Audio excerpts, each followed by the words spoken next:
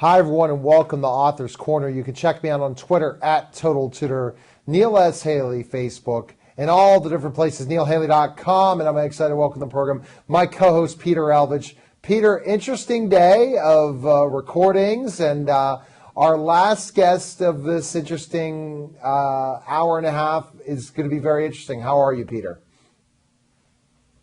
I'm doing great, and I am ready for the next guest to dive into some awesome stuff.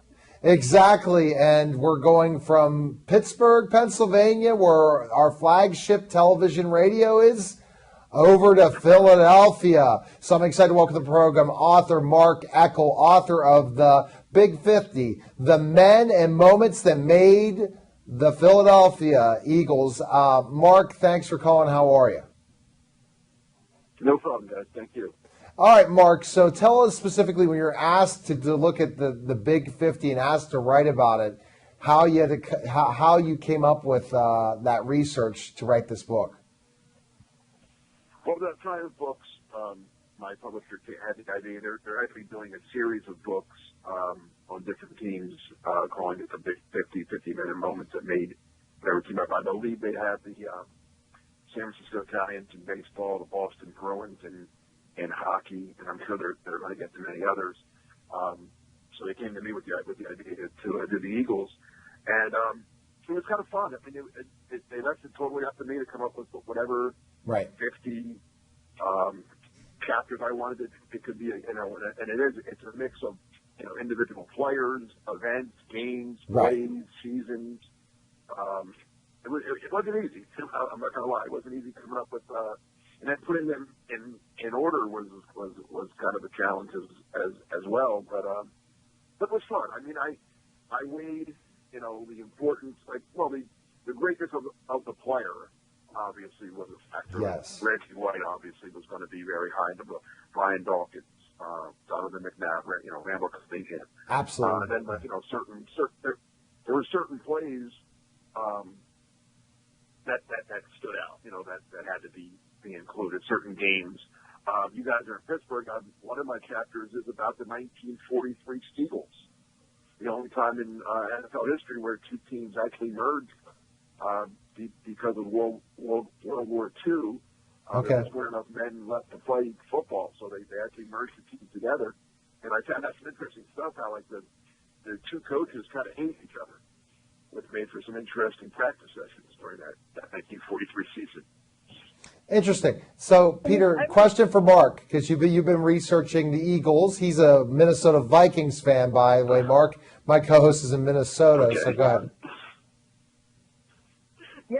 Sam Bradford didn't make the top 15. Okay. I was curious because I was looking at the bio of the book and everything, and if let's say I'm going out, I'm going to go grab this book. Do I have to be a fan and have background knowledge to get the book, or is the background knowledge in the book so that I'm completely new to certain things or certain events that'll be explained to me? Well, I hope so. I hope it's the latter. I mean, if you're an Eagle fan, I like to tell Eagle fans, you have to have this book. Yeah. It's everything that you've gone through. If you're not, matter of fact, I've had a lot of Giants fans. Really? Buy the book and tell me that I think they bought it because they're friends of mine, but they really like it. Because when I told Triumph when they asked me to do it, I said, listen, I'm not, this isn't going to be 50 happy, hey, the Eagles are great stories. There's a reason Eagles have gone 56 years without winning anything. And I think I portray a lot of that in the book, why the failures have occurred, as well as some of the, good times. So it's not just hey, the Eagles are great. Yeah. Rah, Eagles book. This isn't the Steelers where I have 7 Super Bowls or, other Super Bowls to write about. And it would be hard to pick some, bad things. But, I mean, there's a reason. And I think I'm fair with it. I think I point out some of the things that went wrong, along with the things. So it's a blend. And I think if you're a football fan, I hope if you're a football fan, you enjoy the book, because a story, Chuck Bednarik is a great story, no matter if you're an Eagle fan or not. Just his whole life story. Right. Concrete Charlie. I mean, people call, his nickname was Concrete Charlie. And one of the things I read about is like people thought that was a great nickname off because he's so tough in the concrete. No, he sold concrete during the off season. That was his job. So he sold. As I pointed out, if he had sold liquor, he might have been Whiskey Charlie. But he was Concrete Charlie because that was kind of a nickname. He sold. That's what he did. Because back then, guys had to work. They couldn't just play. You couldn't support your family just by playing football. Now let's go into Mark and I have a few memories of the Eagles, and you'd say really, and I guess history-wise for me, and this is where I'm going to go in this direction. I would say, Mark, it's because you don't have, again, the Steelers are winners and the Eagles. So here's some background, some weird, strange background. I've interviewed Randall Cunningham about his book. I've also interviewed Marnie Schneider, that's involved with the granddaughter of sure. Yeah. I've interviewed Marnie. So my first thing when I look at the background of the Philadelphia Eagles, and I'm still working on two people, Dick Vermeil and also Ron Jaworski, because they're involved with the China Football League, the Indoor Football League. And I've been covering that. Someone from Philly. So there's a big Philly connection. I don't know if you knew that, Mark. That's a big Philly connection in the indoor football China. Well, that's some big names there. Dick Vermeil and Leonard Toad, Randall. They're all in the book. Yeah, all in the book, exactly. So my first memory is the Eagles in the 80s that lost to the Oakland Raiders. And I honestly was not cheering for the Eagles. I was a fan of Lester Hayes. I was a fan of that bad boy Oakland Raider team because I don't like Philadelphia. Okay. Really? So you're one of the Steelers fans? Yeah, I was a huge Steeler fan, but I like these bad boys. Really? I would figure a Steelers fan wouldn't have liked the Raiders. Oh, Raiders! That team was so iconic. And, I interviewed David Hum about the Raiders, and I really didn't have a great preparation. He's such a great guy, but of looking at the Raiders' history. But think about that team, and I'm sure you wrote that in the book, about the Eagles and Raiders in that Super Bowl. That's a whole chapter, the 80s, the 1980 season, and the Super Bowl loss to the Raiders. Matter of fact, the title of that chapter is Rated. Right. Maybe I just like being a bad guy, Mark. Maybe that's all it is. Because my days in professional wrestling, I was a huge fan of Darth Vader when he was bad. I like the dark side. And I guess the Raiders were that kind of dark side. And in your book, think of all the cheating the Raiders did to win the Super Bowl against the Eagles, right? All the what they did? Cheating. All the different things with the stick 'em. Go ahead. Well, it was legal then. It was legal. It would be cheating now. So yeah. The Eagles could have done the same things, I guess. No, meaning. But I mean, the key to me, that's what happened in that Super Bowl was and it's in the book, and I got a lot of the players to talk about it. When the Eagles beat the Dallas Cowboys in the NFC Championship game, that was their Super Bowl. The Raiders were an afterthought to them at that point. The Cowboys had been the big bully that had pushed them around the playground for years and years and years, laughed at them, taunted them, teased them, did whatever a bully does to them. And here they finally beat the Cowboys. Beat them pretty good, too. To advance. And so the Raiders were like, okay, now we're playing the Raiders. Okay, they beat the Cowboys. And I think that was a total letdown.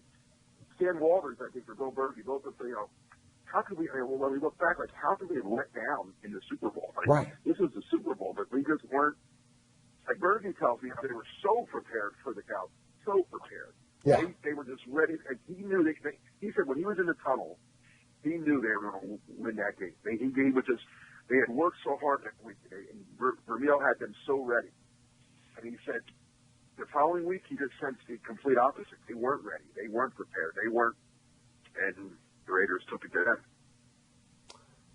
All right, Peter, next question. I told you I was giving you my update when I was talking to him on the phone today about how I have a lot of Philadelphia Eagle memories. But go ahead, Peter.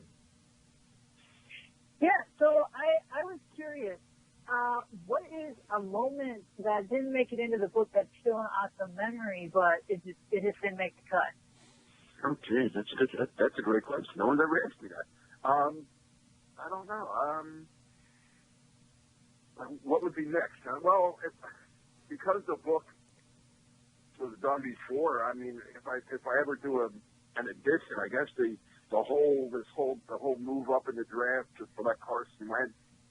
I mean, that's looking forward, I guess, but just how they maneuvered from the 13th pick to the 8th pick to the 2nd pick and drafted this quarterback from North Dakota State was pretty darn good for a rookie from North Dakota State to come out and be as ready and as poised as he is.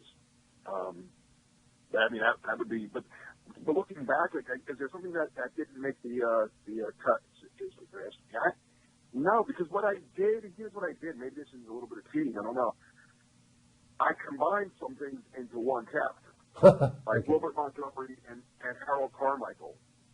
Each of them could have gotten their own chapter. They were both great players, but their stories were so similar. Low round draft picks from small, black colleges that became great players. So I just tied that. I called it Harold and Wilbert and made it one chapter. So it was a way of getting an extra chapter in the book, so to speak. You know what I'm saying? Because it fit so easily. It was so easy to write that as one long chapter as opposed to two individual chapters. So, and then I had a lot of sidebars as well. So Yeah. A lot of the chapters had shorter sidebars that probably could have been, if I wanted to blow them up, could have been an individual chapter. But I just used them as sidebars to the main story. So I don't want to flatter myself here. I like to think there's nothing missing. I hope I didn't miss anything. Well, we'll find out because I have more memories, Mark, when we get back and talk about it and see if there's anything else I could grab from. But what is the Eagles' history? Honestly, now you're really, Mark, putting yourself out there about Carson Wentz. Just because he killed the Steelers doesn't even mean he's the next coming of. Good. What were we going to say? And I'm not saying he's going to be the greatest player ever by any means. I'm just saying if I was writing this book next year, if they had come to me a year later and I was writing it now for next year, I would have to include just the whole dynamic of giving up all they gave up to go up and get them. That to me. See, again, there are things in the book that aren't just like I say, game of play. Like I have a chapter on some bad trades that they made. Oh my gosh, yeah. Sonny Jurgensen for Norm Snead, and how that it turned around. It turned two franchises. I mean, the Eagles were never, they went in. They were terrible after they traded Jurgensen. Snead did nothing. Snead was not very good, and the Redskins with Jurgensen became a very good team for the late '60s.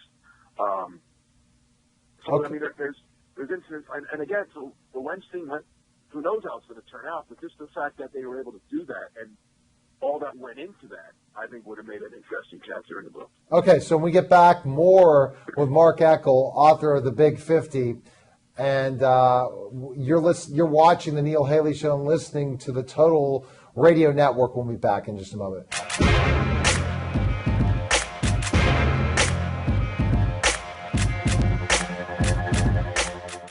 One of the things we do at BPTV is encourage our producers to film on location. Not only does shooting on location give our producers the opportunity to take advantage of their subject matter, filming in different locations gives each program its own distinct flavor. This also helps anyone who's flipping through the channels avoid confusion when they turn on BPTV. With around 500 programs produced at BPTV each year, the last thing we want people to think is that we're only broadcasting one program. So, you need to come into BPTV to pitch your TV show. But in terms of where you actually end up taping your show, the sky's the limit.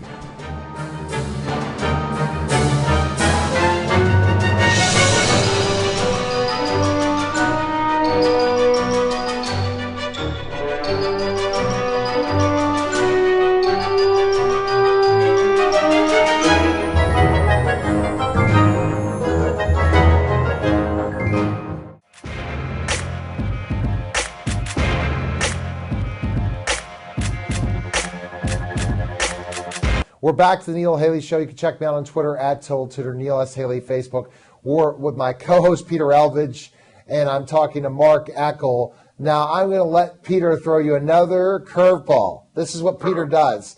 And then, because I know he's been preparing. I know this backwards and forwards, Mark. I could have a conversation with you with hours with the Eagles because I'm just a huge NFL fan. And especially teams that we don't like. If I ever had to interview somebody about the Patriots, oh my gosh, that would be a long time of the cheaters, the cheaters, the cheaters. I was interviewing someone from the Jets this week. And Peter would tell you who I interviewed from the Jets. It'll come, Matt Forte.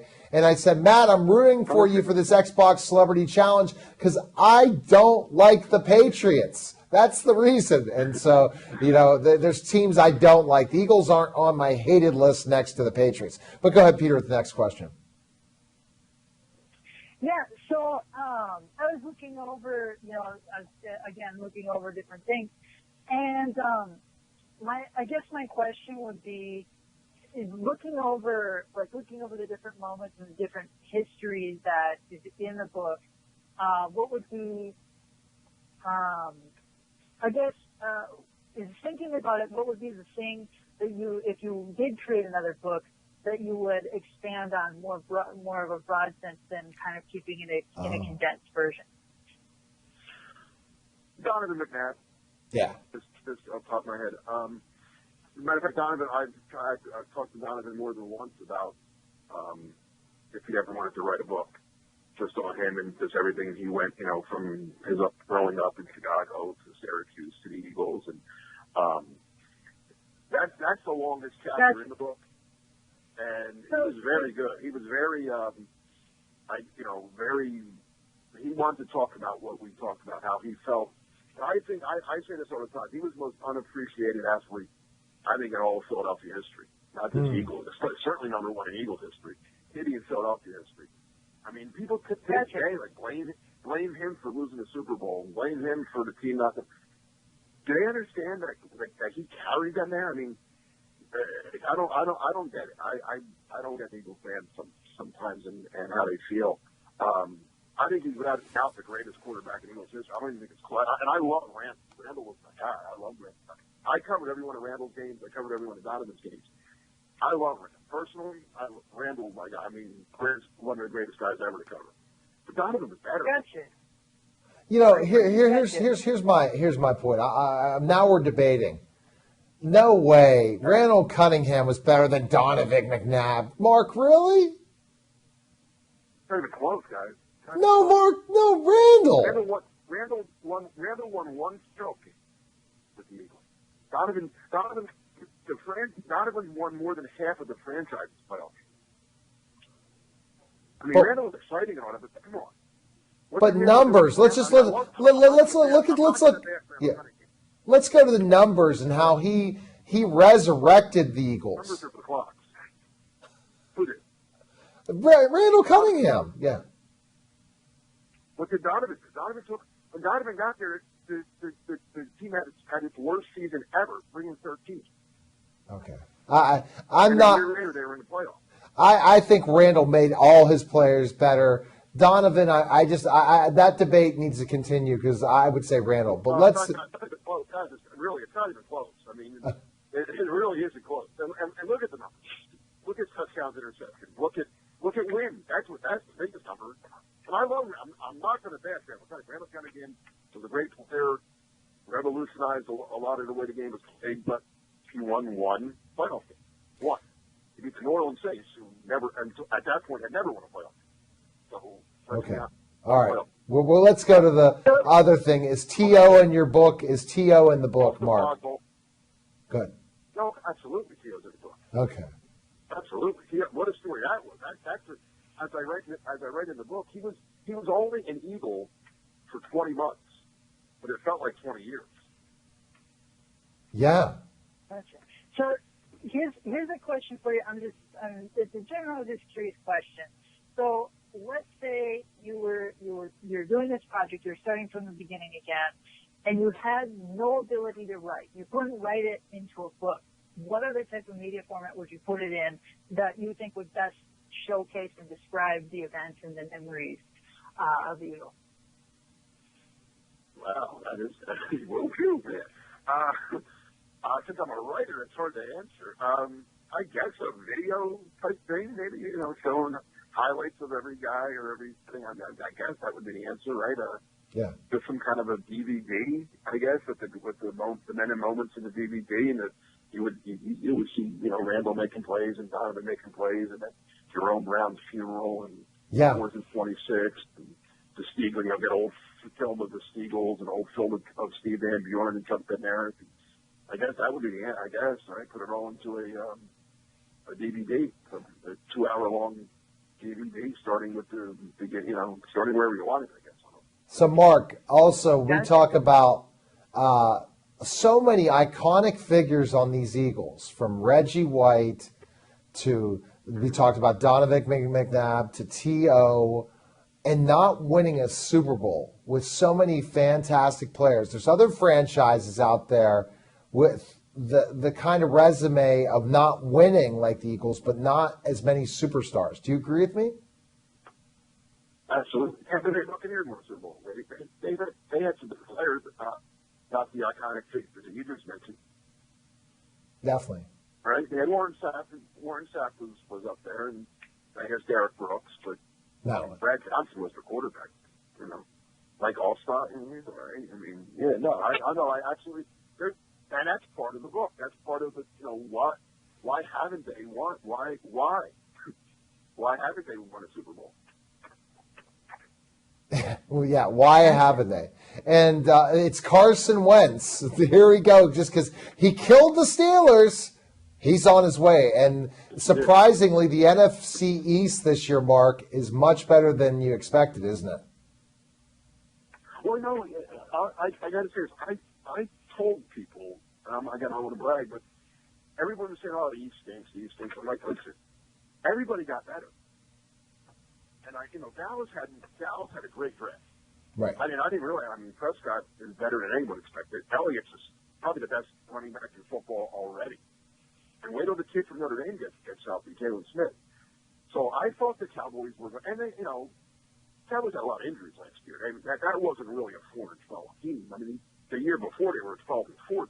So, I thought the Cowboys would. I didn't think they'd be this good, but I thought they'd be better. The Giants spent like $1 billion to fix their defense, so you figured it was going to get a little better, right? They brought in, Snacks Harrison, they brought in Oliver Vernon, right? Janoris Jenkins, they drafted Eli Apple. So, the Giants did all they could to fix their defense. So I thought, well, they're going to be better too.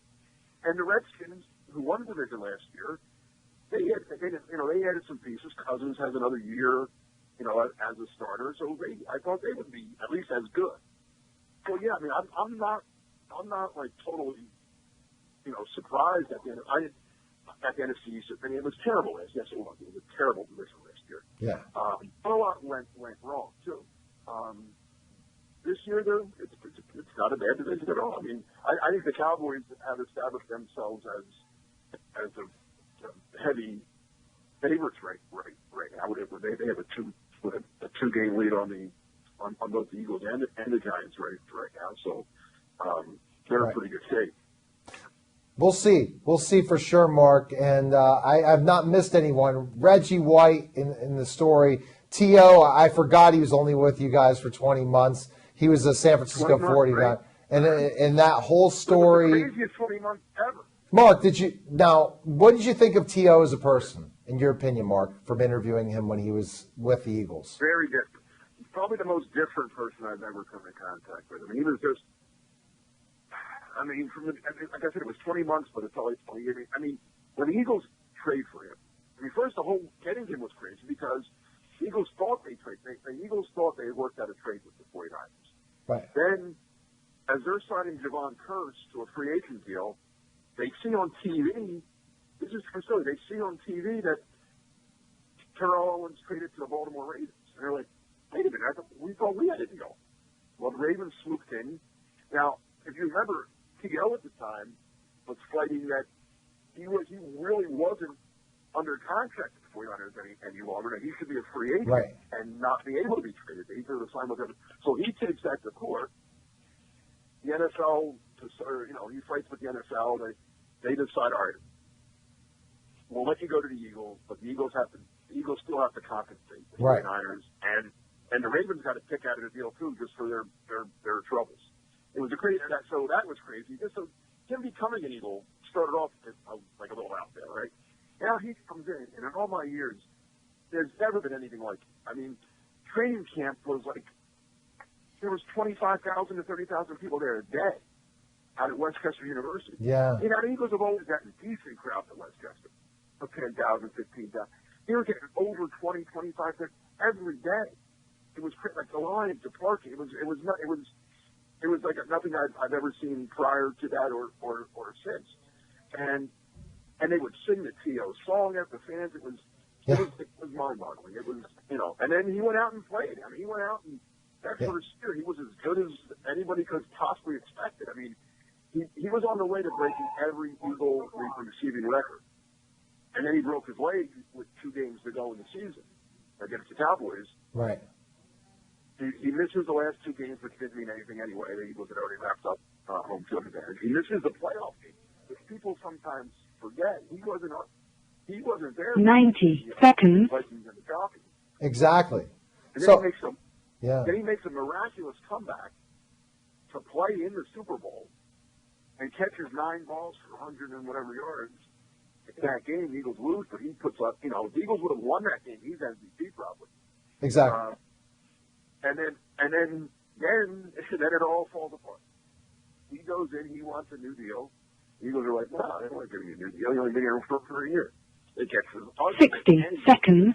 I mean, I dealt with, contract problems through the years. I mean, a lot of players with contract Right. problems, but none of them ever turned. And I'm not blaming it all on CO either. The Eagles are just as much to blame for what happened because they're the ones that leaked stuff out. They're the ones that made T.O. look bad. But then he had enough of that. He didn't like the way they treated him. And he started going, it doesn't take much to set T.O. off. Right. And then, so then he started, he ripped at Donovan and ripped at this, and he wanted out.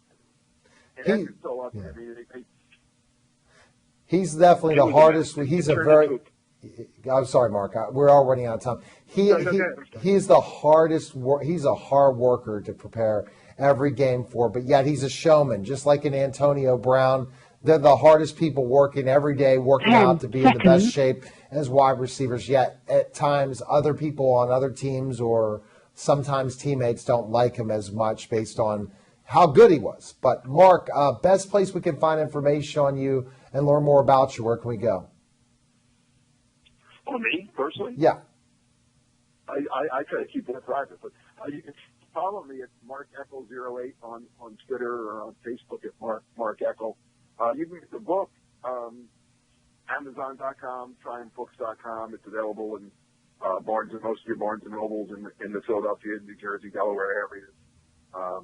But if you really want one, you can look me up on Twitter or Facebook, and I can mail you out a personal one as well. All right. Well, that was the Neil Haley Show. Take care, Mark. Thanks for calling, and thank you, Peter. Take care, guys. Thank All right, you so thanks. much. Okay, bye-bye. All right, that was the Neil Haley Show. Take care, guys, and we'll see you next week. Happy New Year.